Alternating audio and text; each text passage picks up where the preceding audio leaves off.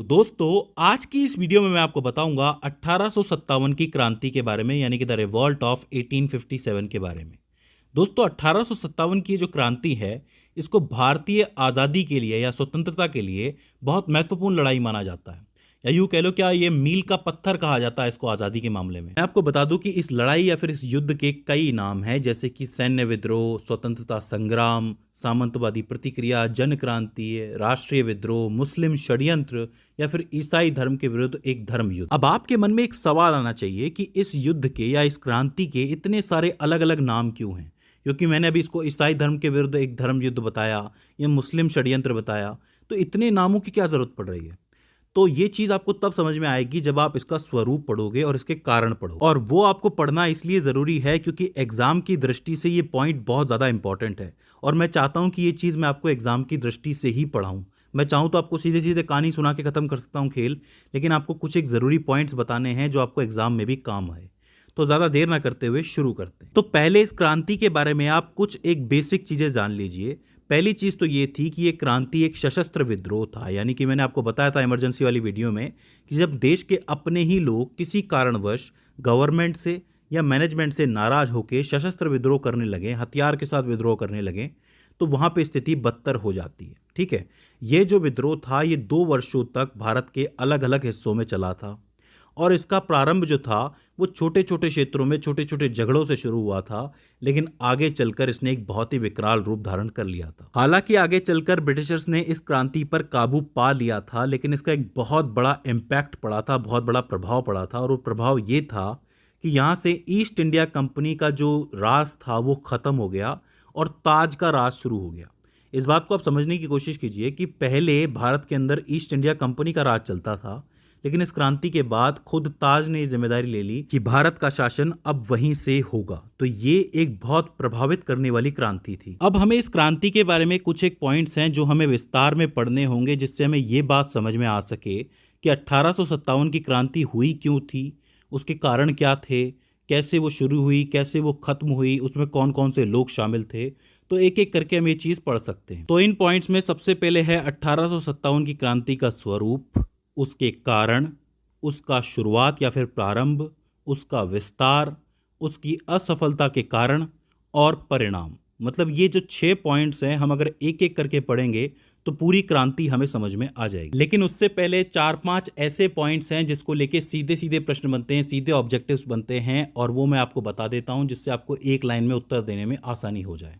सबसे पहले 1857 में ब्रिटेन के प्रधानमंत्री कौन थे? जवाब है लॉर्ड पाम्पस्टन। इसके अलावा 1857 में भारत का गवर्नर जनरल कौन था?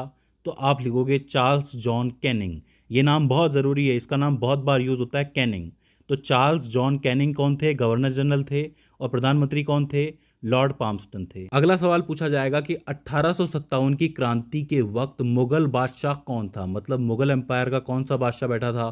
तो आपको लिखना है बहादुर शाह सेकंड या फिर द्वितीय, जिसको आप बहादुर शाह जफर भी कह सकते हो। फिर पूछा जाएगा कि इस पूरी क्रांति को दबाने के लिए ओवरऑल फील्ड मार्शल कौन था अंग्रेजों की तरफ से, या यूँ कह लो कि सेनापति कौन था उनका? तो आपको लिखना है कॉलिन कैंपबेल। ये नाम बहुत ज़रूरी है, कॉलिन कैंपबेल आपको याद रखना है, अभी बार बार आएगा ये नाम, तो आपको याद रखना है, ठीक है। और इसके अलावा पूछा जाएगा कि इस 1857 की क्रांति का चिन्ह का क्या था। जैसे कि पॉलिटिकल पार्टीज के चिन्ह होते हैं, तो इस क्रांति का भी एक चिन्ह था। तो देखो, 2 चीज़ों का इसके अंदर इस्तेमाल हुआ है, एक तो है रोटी और दूसरा है कमल का फूल। तो रोटी और कमल, ये 2 चीज़ें आपको चिन्ह के रूप में याद रखनी है। ये वो 4-5 पॉइंट्स हैं जिससे डायरेक्ट ऑब्जेक्टिव बनता है, तो आपको ये चीज़ें नहीं छोड़नी है। तो इसमें सबसे पहले बात करते हैं स्वरूप के बारे में। अब देखो, स्वरूप की अगर आप बात करोगे तो इस क्रांति के स्वरूप को समझना आसान नहीं है, क्योंकि दुनिया के अलग अलग इतिहासकारों ने इसे अलग अलग संज्ञा दी है, अलग अलग नाम दिया है, और इसी कारणवश इस पर कई सारे विवाद भी हुए हैं। जैसे कि अगर आप बात करोगे ब्रिटिश इतिहासकारों की, तो चूंकि उस समय ईस्ट इंडिया कंपनी का राज चल रहा था जब ये रिवॉल्ट हुआ, तब जब ये क्रांति हुई, तो ऐसे में अगर उन्हें इस क्रांति के बारे में कुछ लिखना होगा तो वो कुछ अच्छा तो लिखेंगे नहीं। तो वो सीधे सीधे इसको सैनिक विद्रोह का नाम दे देते हैं कि कोई प्रॉब्लम हुई थी और उस प्रॉब्लम की वजह से सैनिकों ने विद्रोह कर दिया था, जिसे आगे चल के ब्रिटिशर्स ने दबा दिया। तो ब्रिटिशर्स की ज़्यादातर किताबों में इसका स्वरूप सिर्फ सैनिक विद्रोह तक ही सीमित है। लेकिन जब आप बात करोगे भारतीय इतिहासकारों की, तो उन्होंने इस क्रांति को महान युद्ध बताया है। बीडी सावरकर ने इसे भारत का स्वतंत्रता संग्राम बताया है। तो ऐसी स्थिति में आप भारत में इसका एक व्यापक स्वरूप देखते हो। तो अब इसमें से प्रश्न क्या बनेगा? प्रश्न ये बनेगा कि कौन से इतिहासकार ने इस क्रांति को किस स्वरूप में रखा है, मतलब इसे क्या कह के पुकारा है, ये आपको याद रखना है। अब उसमें भी चुनिंदा नाम होते हैं जो फेमस इतिहासकार होते हैं, उन्हीं के बारे में बताया जाता है और उन्हीं के बारे में पूछ लिया जाता है। तो आगे चल के वो भी मैं आपको बता दूंगा। तो अब आपको स्वरूप का मतलब समझ में आया कि इसका स्वरूप है क्या। तो आप बेसिकली लिख सकते हो कि हर इतिहासकार के लिए 1857 की क्रांति का अलग अलग स्वरूप है। इसके बाद बात करते हैं क्रांति के कारणों के बारे में, जिससे डायरेक्ट प्रश्न बनेगा कि 1857 की क्रांति के कारण बताओ। तो आपको याद होने चाहिए। मैं आपको कुछ एक कारण सीधे सीधे बता रहा हूँ, फिर उनको डिटेल में बताऊंगा। कारण है पहला राजनीतिक कारण, दूसरा आर्थिक कारण, तीसरा सामाजिक कारण, चौथा धार्मिक कारण और पांचवा सैनिक कारण। पहले बात करें इसके राजनीतिक कारण की, तो देखो इसके राजनीतिक कारण एक एक करके आप लिख सकते हो। पहला लिखोगे लॉर्ड वेलेजली सहायक संधि, ये बहुत इंपॉर्टेंट है। इसमें क्या हुआ था कि 1798 में तत्कालीन गवर्नर जनरल ने एक संधि की थी, जिसके तहत राजाओं के साथ 3 शर्तें रखी गई थी। मतलब कुछ एक राजा ऐसे थे जो अंग्रेज़ों से मिले हुए थे, मतलब अंग्रेज़ों के अधीन काम कर रहे थे, तो उनके सामने शर्त रखी गई थी। पहली शर्त ये थी कि सभी संयोगी राजाओं के जो भू क्षेत्र होंगे, मतलब जहां उनका राज चल रहा है, वहां पे ब्रिटिश सैनिकों को तैनात किया जाएगा और उनका जो खर्चा है, जो रख रखाव है, वो भी वही राजा देखेंगे। मतलब कंपनी नहीं देखेगी, राजा देखेंगे। पहली शर्त तो ये थी, राजा इस चीज़ से नाराज़ थे। दूसरी शर्त ये थी कि राजा के दरबार में एक ब्रिटिश रेजिमेंट की नियुक्ति की जाएगी, जिससे कि गवर्नर जनरल को राजा के अगले कदम के बारे में जानकारी मिल सके। आप सोच के देखिए कि राजा का दरबार है, उसमें राजा के अपने कुछ लोग होते हैं, तो उसमें ब्रिटिशर्स का भी एक आदमी होगा जो राजा की हर गतिविधि की खबर किसे देगा? गवर्नर जनरल को देगा। तो इससे भी राजा नाराज थे। और तीसरी चीज़ क्या थी इसमें? तीसरी ये थी कि राजा किसी और शासक के साथ कोई संधि कर नहीं सकता और अंग्रेज़ों की ये जो संधि है उसे तोड़ नहीं सकता। मतलब ऐसा भी हो सकता है ना कि कोई 2 राजा आपस में मिल जाएं। ये शर्त इसलिए रखी गई थी क्योंकि अंग्रेजों को डर था कि अगर 2 या 3 या 5 राजा आपस में मिल गए, उन्होंने अपनी ताकत बढ़ा ली और उन्होंने ब्रिटिशर्स को वहां से खदेड़ दिया, तो सारा का सारा राज चला जाएगा। तो ऐसे में ऐसी शर्त रखी गई कि आप दूसरे राजा के साथ कोई संधि नहीं कर सकते और हमारी संधि तोड़ नहीं सकते। तो इस वजह से भी राजा नाराज थे। तो राजनीतिक कारणों में पहला कारण ये संधि बना था, जिसकी वजह से राजाओं के अंदर एक रोष था कि ये लोग हमारा पूरा राज छीन रहे हैं और अपने मुताबिक हमें चलने पर मजबूर कर रहे हैं। दूसरा जो राजनीतिक कारण था वो लॉर्ड डलहौजी की लैप्स नीति थी। ये जो नीति थी ये भी राजाओं के खिलाफ ही थी एक तरीके से, मतलब जो भी बादशाह, जो भी राजा थे, उनके खिलाफ ही थी। इसके तहत ये होता था कि जैसे कोई राज्य है, उसमें कोई राजा बैठा हुआ है और राजा का कोई उत्तराधिकारी नहीं है, मतलब कोई बेटा नहीं है जो आगे उस चीज़ को संभाल सके। तो इस नीति के हिसाब से जो आगे चल के इसका जो राज होगा इस पूरे राज्य का, वो ब्रिटिशर्स ही चलाएंगे, वहाँ पे ब्रिटिश राज ही होगा। मतलब यहीं पे राजतंत्र की समाप्ति हो जाएगी यहाँ पे। तो ये जो नीति थी राजाओं को सीधे सीधे अपने खिलाफ ही लग रही थी, क्योंकि गोद लेने का कानून भी होना चाहिए ना, कि हमारा राज भी चलता रहे। तो इन 2 कारणों से तो इन्होंने राजाओं को बुरी तरीके से नाराज कर दिया था। तीसरा राजनीतिक कारण था झांसी के उत्तराधिकारी पर रोक, यानी कि झांसी के जो राजा थे उनकी मृत्यु के बाद उनकी जो रानी थी, मतलब रानी लक्ष्मीबाई जो थी, वो अपने बेटे दामोदर राव के लिए जो हक थी वो चाहती थी। मतलब वो चाहती थी कि वो उस गद्दी पर बैठे, लेकिन अंग्रेज ये कह रहे थे कि अब इस गद्दी पे कोई नहीं बैठेगा, यहाँ पर भी ब्रिटिश राज ही होगा। और इसी को लेके जो संघर्ष शुरू हुआ था रानी लक्ष्मीबाई और अंग्रेजों के बीच में। वहीं इसी कारण के साथ साथ नाना साहब की पेंशन भी बंद कर दी गई थी। आपको अच्छी तरह पता है कि जब ब्रिटिश राज फैलने लगा था तो राजाओं को उनके भत्ते दिए जाते थे, मतलब राजाओं को स्पेशल पैसा दिया जाता था कि अब यहाँ पे ब्रिटिश राज है लेकिन आपका ख्याल हम लोग रखेंगे। लेकिन उसी में नाना साहब की जो पेंशन है वो भी रोक दी गई थी। तो ये भी एक विद्रोह का कारण बना था। इसके अलावा जो राजनीतिक कारण था वो था सतारा और नागपुर पर ब्रिटिशर्स का जबरदस्ती कब्जा। ये बात आपको ध्यान में रखनी है कि ये जो कब्जा हुआ था ये गलत तरीके से हुआ था और वहाँ की जो जनता थी उनके अंदर रोष था ब्रिटिशर्स के प्रति। तो ये भी विद्रोह का कारण बना। और एक और कारण था कि किसानों से उनकी जमीन ज्यादा से ज्यादा छीनी जा रही थी। आपको पता है कि ब्रिटिशर्स ने ही जमींदारी पर जोर लगाया था, उन्होंने इसको बढ़ावा दिया था। तो ऐसे में ज्यादातर किसानों से उनकी जमीनें छीन ली जाती थी। तो किसानों के अंदर भी गुस्सा था। अब आप एक चीज देखोगे इन कारणों के अंदर कि इनमें राजा नाराज हैं, बादशाह नाराज है, और यहाँ पे झांसी की रानी नाराज है, यहाँ पे सतारा और नागपुर के लोग भी नाराज हैं और किसान भी नाराज हैं। तो सबकी अपनी अपनी वजह थी विद्रोह की, और यही कारण था कि इस क्रांति को अलग अलग नाम मिले। अब आपको समझ में आ रहा होगा कि इसका स्वरूप तय क्यों नहीं है, क्योंकि किसानों के लिए अलग चीज़ चल रही है, राजाओं के लिए अलग चल रही है, ज़मींदारों के लिए अलग चल रही है, झांसी की रानी के लिए अलग चल रही है, सतारा और नागपुर के लोगों के लिए अलग चल रही है। तो ये सारे राजनीतिक कारण थे जो लोगों के अंदर धीरे धीरे गुस्सा भर रहे थे। इसके बाद आता है आर्थिक कारण, कि भाई आर्थिक कारण कौन कौन से रहे जिसकी वजह से लोगों के अंदर विद्रोह पैदा हुआ। पहला था भारतीय कारीगरों से उनकी रोजी रोटी छीनना। देखो, जब ये क्रांति का वक्त आ रहा था उससे पहले इंग्लैंड के अंदर औद्योगिकरण की क्रांति आ रखी थी, मतलब वहाँ पे मशीनों से काम शुरू हो गया था। अब होता ये था कि जो चीज़ें भारतीय कारीगर बनाते थे उनके ऊपर भारी टैक्स लगा दिया जाता था, जिसकी वजह से वो महंगी हो जाती थी। और चूंकि वहाँ पे मशीनों से बन के चीज़ें आ रही हैं इंग्लैंड से, तो वो चीज़ें सस्ती आती थी, उन पे टैक्स लगाते नहीं थे। तो यहाँ पे लोग इंडियन कारीगरों की चीज़ें जो बन रही थी वो तो खरीद नहीं रहे थे, और ब्रिटिशर्स की चीज़ें खरीद रहे थे। तो ऐसे में जो भारतीय कारीगर थे वो बर्बाद हो रहे थे, उनकी रोजी रोटी छिन रही थी, वो गरीब हो रहे थे। इसे आप अंग्रेज़ों की क्रूर व्यापारिक नीति भी कह सकते हो, कि सिर्फ खुद बढ़ना है, खुद के देश में पैसा आना चाहिए, बाकी देश बर्बाद होने चाहिए, बाकी कॉलोनी बर्बाद होनी चाहिए। दूसरा जो कारण आप इसमें दे सकते हो वो ये है कि ब्रिटिश साम्राज्य की स्थायी बंदोबस्त की नीति। अब होता ये था कि ब्रिटिश साम्राज्य में क्या होता था कि ज़मींदारी को बढ़ावा दिया जाता था। वो ये करते थे कि कुछ एक लोग होते थे जो पैसे वाले होते थे, उनके नाम सारी ज़मीन करवा देते थे, और वो ये कहते थे कि तुम किसानों से टैक्स लो और हम तुमसे लेंगे, मतलब हम सिर्फ एक आदमी से डील करेंगे और तुम 100 आदमियों से डील करो। तो ऐसे में उनका काम आसान हो जाता था और किसान बेचारे पिसते रहते थे, और इन्हीं सब के कारण किसानों की हालत बहुत खराब होती चली गई, और इसके अलावा भारतीय कृषि की हालत भी बहुत ज़्यादा खराब होती चली गई। लेकिन इस खराब कृषि के दौरान भी अंग्रेज़ों ने टैक्स लगाना नहीं छोड़ा, मतलब वो ज़्यादा से ज़्यादा टैक्स लगाते थे, और उस टैक्स के चक्कर में कई सारे किसानों के घर भी बिक जाते थे। तो ऐसी स्थिति में बहुत ज़्यादा गुस्सा भर गया था किसानों के अंदर कि ज्यादती हो रही है हमारे साथ। तो ये सारे थे आर्थिक कारण। इसके बाद आते हैं सामाजिक और धार्मिक कारण। इसको मैं मिक्स करके आपको बताऊंगा ताकि आपको इजीली समझ में आ जाए। देखो, इसमें पहला कारण ये था कि 1856 का धार्मिक निर्योग्यता अधिनियम। ये जो अधिनियम बनाया गया था ये स्पेशली ईसाई लोगों के पक्ष में बनाया गया था। आपको पता है कि कंपनी के अंदर ज़्यादा से ज़्यादा लोग ईसाई थे, और वो ये कहते थे कि जितने भी ईसाई हैं उन्हें ही नौकरी में, शिक्षा में आगे बहुत सारे अवसर मिलेंगे, बाकी जितने भी लोग हैं, हिंदू, मुसलमान या पारसी या जितने भी लोग हैं, उन्हें नहीं मिलेंगे। तो इसने समाज के अंदर एक खाई पैदा कर दी थी। दूसरा कारण ये था कि भारतीय समाज में सुधार कार्य। अब ये जो सुधार कार्य थे ये हिंदू रीति रिवाजों में भी किए गए थे और मुस्लिम रीति रिवाजों में भी किए गए थे, और भी कोई रीति रिवाज थे उनके अंदर भी किए गए थे, जैसे कि सती प्रथा हो गया, बाल विवाह हो गया। तो ऐसे में जो रूढ़िवादी समाज था, रूढ़िवादी मतलब वो लोग होते हैं जो थोड़े से कट्टर होते हैं, तो ये जो कट्टर समाज थे दोनों ही समाजों में, हिंदू हो या मुस्लिम हो, उन समाजों के लोगों को बुरा लगा कि ये लोग हमारे धर्म के साथ छेड़छाड़ कर रहे हैं। तो ये भी गुस्से का कारण बना। और इसके अलावा तीसरे कारण में आई अंग्रेजी शिक्षा। इस चीज़ के ऊपर ब्रिटिशर्स ने ऐसे काम किया कि जो पुराने गुरुकुल के सिस्टम जो चल रहे थे, जो पहले की जो भारतीय शिक्षा थी उसके सिस्टम को ख़त्म करके अंग्रेजी शिक्षा को लाया गया।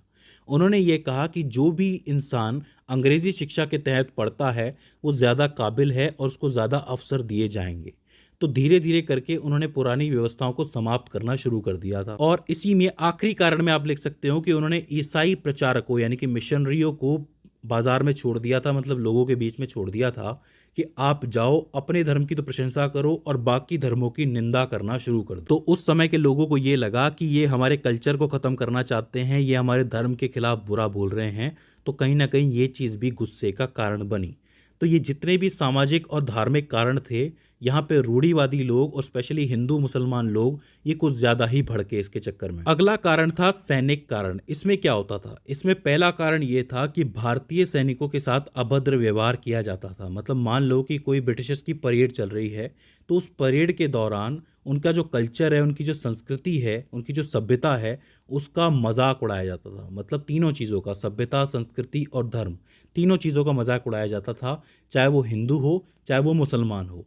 तो ऐसी स्थिति के अंदर हर एक सैनिक के अंदर गुस्सा बढ़ने लगा, हर एक भारतीय सैनिक के अंदर। दूसरा कारण ये था कि वेतन, पदोन्नति और तैनाती के अंदर भारतीयों के साथ भेदभाव किया जाता था। मतलब उन्हें कम वेतन दिया जाता था, उनकी कम पदोन्नति की जाती थी और उनकी तैनाती ऐसी जगहों पे की जाती थी जिसको वो गलत मानते थे। जैसे कि उदाहरण के लिए भारतीय सैनिक जो हैं, उसमें से भी हिंदू सैनिक जो हैं, उन्हें समुद्र पार लड़ने के लिए भेजा जाता था।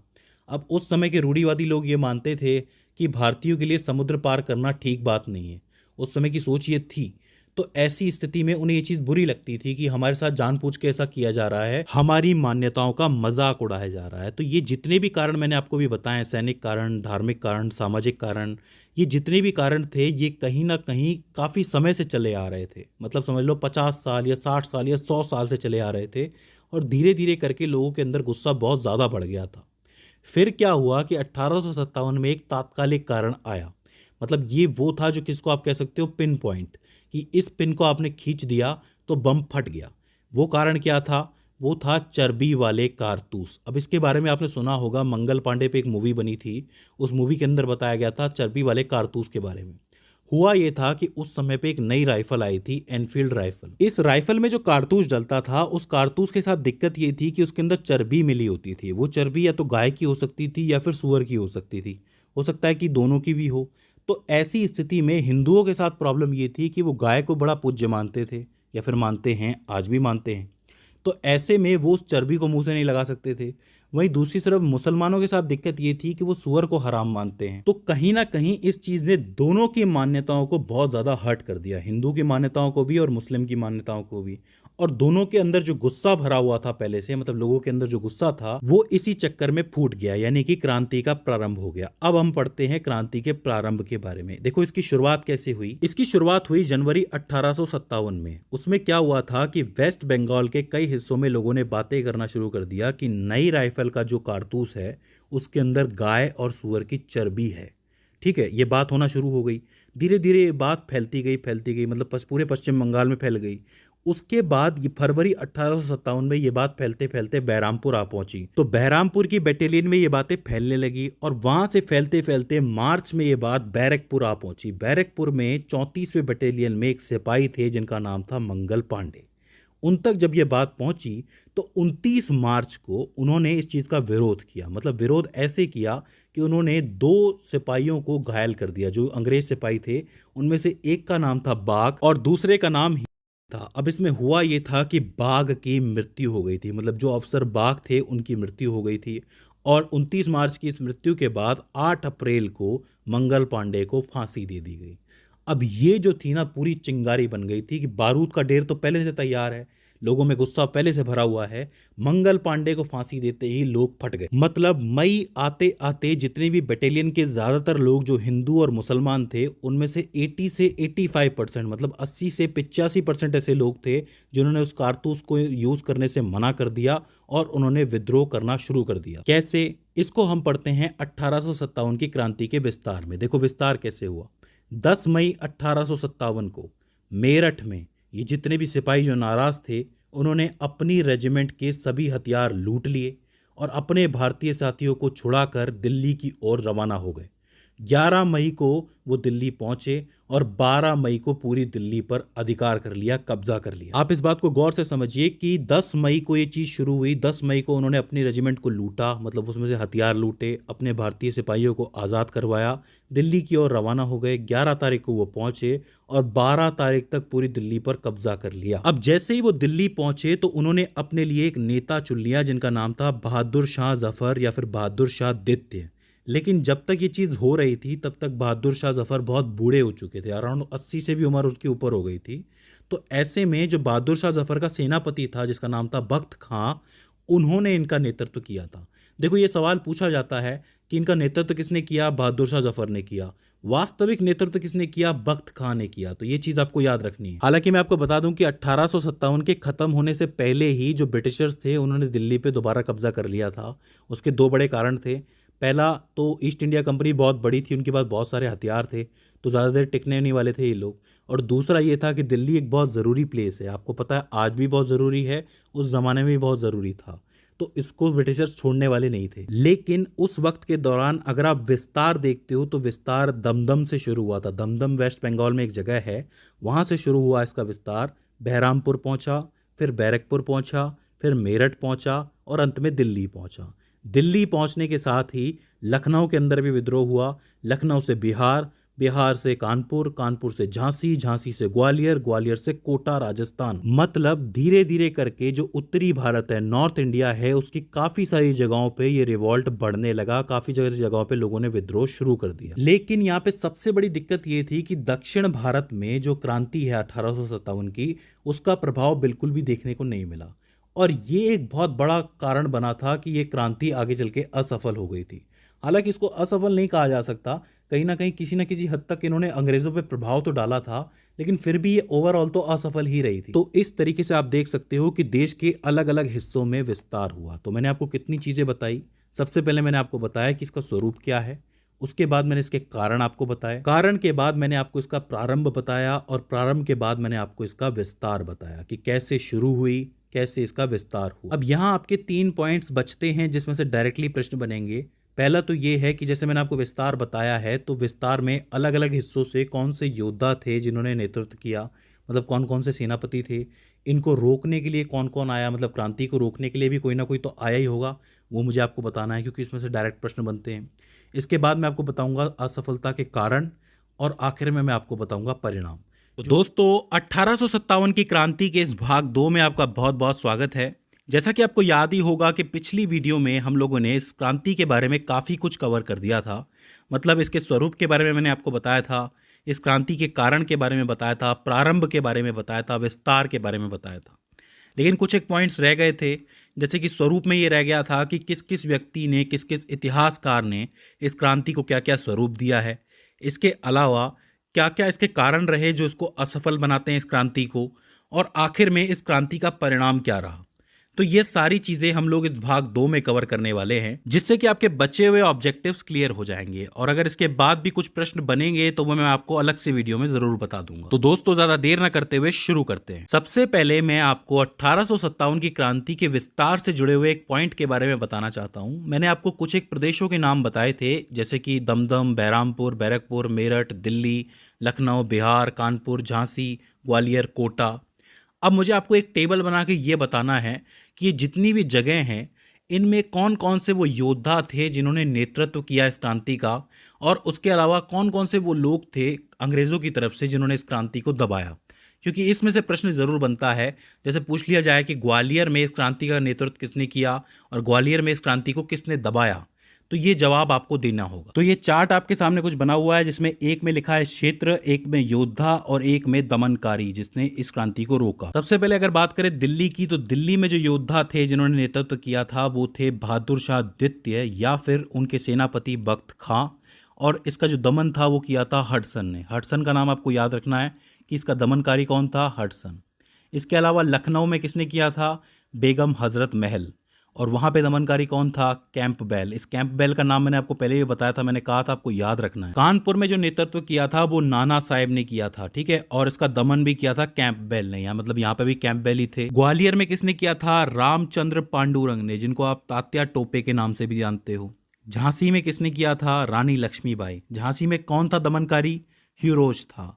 इसके अलावा जगदीशपुर में किसने किया था, जगदीशपुर वैसे बिहार के अंदर है, बाबू कुंवर सिंह, ठीक है, और इनको किसने दबाया था, विलियम टेलर ने। लेकिन बाबू कुंवर सिंह के बारे में एक इंपॉर्टेंट बात यह है कि सर्वाधिक विजय जो मिली थी इस क्रांति के अंदर वो इन्हें ही मिली थी। इलाहाबाद में किसने किया था, लियाकत अली ने किया था, जिसको आके जनरल नील ने दबाया था।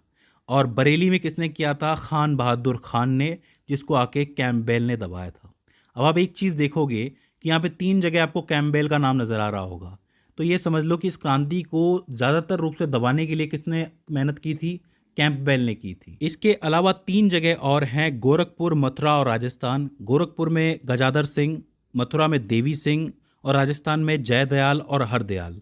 मतलब ये वो नेता थे जिन्होंने इन जगहों पे इस क्रांति का नेतृत्व किया। तो ये जो आपको चार्ट दिख रहा है, इसमें से सीधे प्रश्न पूछ लिया जाएगा जगह का नाम देके, या फिर सीधे नाम दे देगा, मान लो बेगम हजरत महल दे दिया तो पूछेगा कि इन्होंने कहाँ नेतृत्व किया था, तो आपको लिखना है लखनऊ।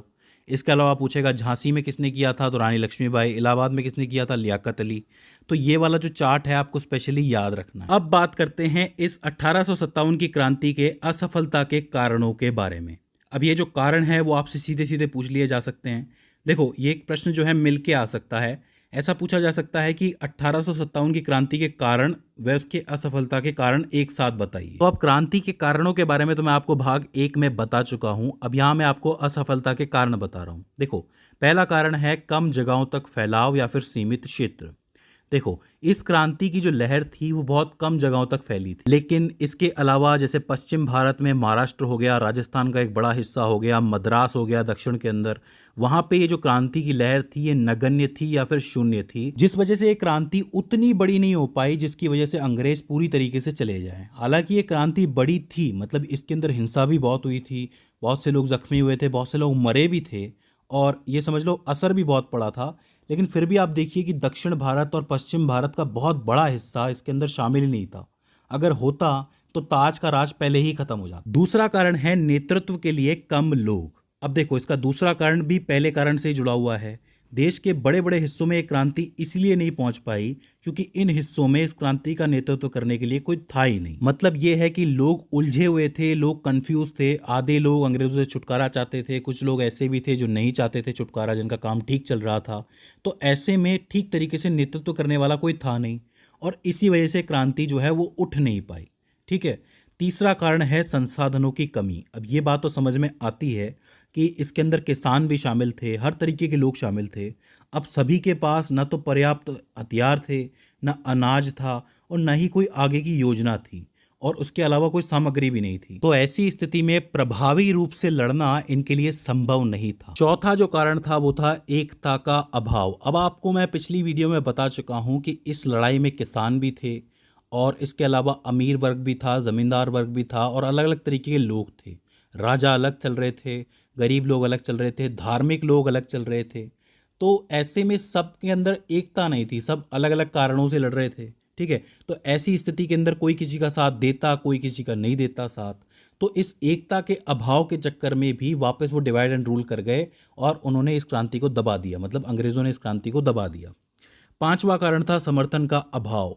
अब देखो, इस क्रांति के अंदर बहुत लोग लड़े, लेकिन सब नहीं लड़े। जैसे कि कुछ एक जमींदार थे, कुछ एक ऐसे बाबू लोग थे जो काम करते थे अंग्रेज़ों के यहाँ, उन्होंने इस क्रांति में हिस्सा नहीं लिया क्योंकि उनका काम तो सही चल रहा था। तो उन्होंने किसी तरीके का समर्थन नहीं किया, और कहीं ना कहीं इस क्रांति को ख़त्म करने में मदद ही करी अंग्रेज़ों की। तो ऐसी स्थिति में भी ये क्रांति दब के रह गई। तो ये इसका पांचवा कारण था। और छठवां कारण था ध्येय का अभाव। मतलब जो टारगेट होता है, जैसे कि सबका अपना अपना स्वार्थ था। जैसे किसान जो है वो ज़मीनों के लिए लड़ रहे थे, या फिर कर कम करने के लिए लड़ रहे थे। राजा जो चाहते थे अपनी राजतंत्र की व्यवस्था को पहले जैसा चाहते थे, वो उसके लिए लड़ रहे थे। तो किसी का भी कोई एक फिक्स ध्येय नहीं था, कोई भी स्वतंत्रता के लिए नहीं लड़ रहा था। तो ऐसी स्थिति के अंदर भी इसको दबाना आसान हो गया अंग्रेजों के लिए। तो ये वो मुख्यतः 6 कारण हैं जिसकी वजह से 1857 की क्रांति असफल रही। अब इसके बाद बात कर लेते हैं परिणाम के बारे में कि इसका परिणाम क्या हुआ। अब ये बात तो सही है कि क्रांति असफल हो गई, लेकिन कहते हैं कि कोई भी चीज़ पूरी तरीके से असफल नहीं होती और पूरी तरीके से सफल भी नहीं होती है। तो इसके अंदर भी कुछ एक मिले जुले परिणाम भी आए थे। कैसे? देखो, जुलाई 1858 में ये क्रांति खत्म हो गई, लेकिन इस दौरान कंपनी का शासन पूरी तरीके से समाप्त हो गया। मतलब ताज ने ये कहा, मतलब वहाँ की महारानी ने ये कहा कि अब डायरेक्ट वहीं से होगा इसका राजतंत्र। तो ऐसे में जो अंग्रेज़ों की कंपनी की जो नीति थी वो सारी खत्म हो गई और ताज आ गया। दूसरी चीज ये थी कि देसी रियासतों की जो स्थिति थी वो पहले की तरह ही रखी गई, क्योंकि अंग्रेज सरकार जो थी, मतलब जो ब्रिटेन से चल रही थी, उन्होंने ये कहा कि राजाओं को नाराज मत करो क्योंकि यही आपके आगे चल के काम आएंगे। तो उन्होंने डलहौजी की नीति को समाप्त कर दिया। अब डलहौजी की नीति मैं आपको पहले बता चुका हूँ, इसका दूसरा नाम हड़प नीति भी होता है। इसमें होता ये है कि कोई राजा है, अगर उसका कोई उत्तराधिकारी नहीं है, मान लो कि उसका कोई पुत्र नहीं है या फिर आगे गद्दी पे बैठने वाला कोई नहीं है, तो उसका जो शासन है वो ब्रिटिश करेंगे आगे चल के। मतलब यहाँ राजतंत्र की समाप्ति हो जाएगी। इसी को हड़प नीति कहा जाता है। तो अंग्रेज सरकार ने इस हड़प नीति को ख़त्म कर दिया। ये हड़प नीति लाया कौन था? जो कंपनी थी वो लेके आई थी, लेकिन सरकार ने इसको हटा दिया। इसके अलावा मुगल शासन का अंत कर दिया गया, यानी कि बहादुर शाह द्वितीय जो थे उनको रंगून भेज दिया गया। तो ऐसे में ये शासन पूरी तरह ख़त्म हो गया और एक नई पोस्ट बनाई गई जो भारतीय सचिव के नाम से जानी गई। मतलब सिर्फ भारत के लोग जिसके अंदर हों, जिसके अंदर 15 मंत्रियों की मंत्री परिषद हो, तो ये पद बनाया गया जिसकी तरफ वजह से क्या होगा कि हम भारत को बेहतर रूप से समझ पाएंगे। ये अंग्रेज सरकार की नीति थी। और आखिरी परिणाम ये हुआ कि सेना के अंदर कुछ एक बदलाव किए गए। पहले क्या होता था कि 5 भारतीय सैनिकों पर एक ब्रिटिश सैनिक होता था, लेकिन इसके बाद क्या हुआ क्रांति के बाद कि 2 भारतीय सैनिकों पर एक ब्रिटिश सैनिक की तैनाती की गई। इसका मतलब ये है कि सेना के अंदर जो ब्रिटिशर्स हैं उनकी संख्या को बढ़ा दिया गया, और जो भी भारतीय सैनिक ये लोग लेते थे वो पिछले वाले नहीं लेते थे, मतलब गोरखा और सिख सैनिकों की ज़्यादा तैनाती की गई। तो इस तरीके से सेना के अंदर कई बदलाव किए गए। हालांकि ये क्यों किए गए? ताकि दोबारा ऐसी क्रांति ना हो। अगर ब्रिटिशर्स ज़्यादा होंगे तो क्रांति नहीं हो पाएगी। ठीक है, तो ये कुछ एक परिणाम है जो इसके आए। मतलब कुछ एक पॉजिटिव परिणाम भी थे, कुछ एक नेगेटिव भी थे, जैसा कि आप लोग देख सकते हो। तो इस तरीके से 1857 की क्रांति ने प्रभाव डाला। अब एक आखिरी चीज़ रहती है जो मुझे आपको पिछले लेक्चर से बतानी है, वो है स्वरूप। स्वरूप के बारे में मैंने आपको बताया था कि अलग अलग इतिहासकार ने इस क्रांति को अलग अलग स्वरूप दिया है। तो नाम लेके कभी कभी पूछ लिया जाता है कि इस इतिहासकार ने क्या कहा है, उस इतिहासकार ने क्या कहा है। तो देखो, सबसे पहले मैं आपको कुछ एक ब्रिटिश इतिहासकारों के नाम बता देता हूं जिन्होंने इस क्रांति को अलग अलग नामों से पुकारा। सबसे पहले है T.R. होम्स। ये जो हैं, इन्होंने क्या कहा था, इसको बर्बरता और सभ्यता के बीच में एक युद्ध, यानी कि जो भारतीय थे उनको इन्होंने बर्बरता कहा, बर्बर कहा, और जो ब्रिटिशर्स थे उनको सभ्यता कहा, सभ्य लोग कहा। तो इन दोनों के बीच में ये जो युद्ध हुआ है, इसको बर्बरता और सभ्यता का युद्ध बताया उन्होंने। इसके अलावा L.E.R. रीज, ये जो रीज है ये बहुत इंपॉर्टेंट नाम है। इन्होंने क्या कहा था? ईसाइयों के विरुद्ध धर्म युद्ध। मैंने आपको बताया था ना कि कुछ एक धार्मिक कट्टर लोग भी थे जिन्होंने इस युद्ध को लड़ा था, इस क्रांति को लड़ा था। तो ऐसे में उन्हें ये लग रहा था कि ये युद्ध ईसाइयों के खिलाफ है। तो रीज ने क्या कहा था? ईसाइयों के खिलाफ धर्म युद्ध। इसके अलावा लॉरेंस, अब ये लॉरेंस और ये 2 अलग अलग नाम है जिन्होंने इसे सैनिक विद्रोह का नाम दिया था। ये जो 2 नाम है लॉरेंस और ये सैनिक विद्रोह की वजह से बहुत ज़्यादा फेमस हुए थे, तो आपको याद रखना है। इसके अलावा जेम्स आउट्स और टेलर, ये भी 2 नाम है जिन्होंने इसको मुस्लिम हिंदू षड्यंत्र कहा था। मतलब इन्होंने ये कहा था कि हिंदू और मुसलमानों ने मिलकर कोई षड्यंत्र किया है, जिसे क्रांति का नाम ये लोग दे रहे हैं। तो आप देख सकते हैं कि जितने भी ब्रिटिश इतिहासकार हैं उन्होंने इसको एक गलत स्वरूप ही दिया है। इसके अलावा एक हिंदी नाम और है R.C. मजूमदार। ये भी एक इतिहासकार है। इन्होंने कहा था कि ये जो क्रांति है ये ना तो प्रथम स्वतंत्रता संग्राम है, ना प्रथम राष्ट्रीय युद्ध है, और न ही ये कोई स्वतंत्रता संग्राम है। मतलब ये कुछ भी नहीं है। ये जो क्रांति है वो अलग अलग लोगों ने अलग अलग वजहों से की है। तो ये जो है एक तरीके से नेगेटिव फीडबैक आप कह सकते हो, नेगेटिव स्वरूप आप कह सकते हो। अब अगर हम बात करें भारतीय इतिहासकारों की, तो देखो इनमें B.D. सावरकर सबसे ऊपर आते हैं। इन्होंने इसको प्रथम स्वतंत्रता संग्राम कहा था और सुनियोजित स्वतंत्रता संग्राम भी कहा था। इसके अलावा एक ब्रिटिशर्स नाम है डिजरेली।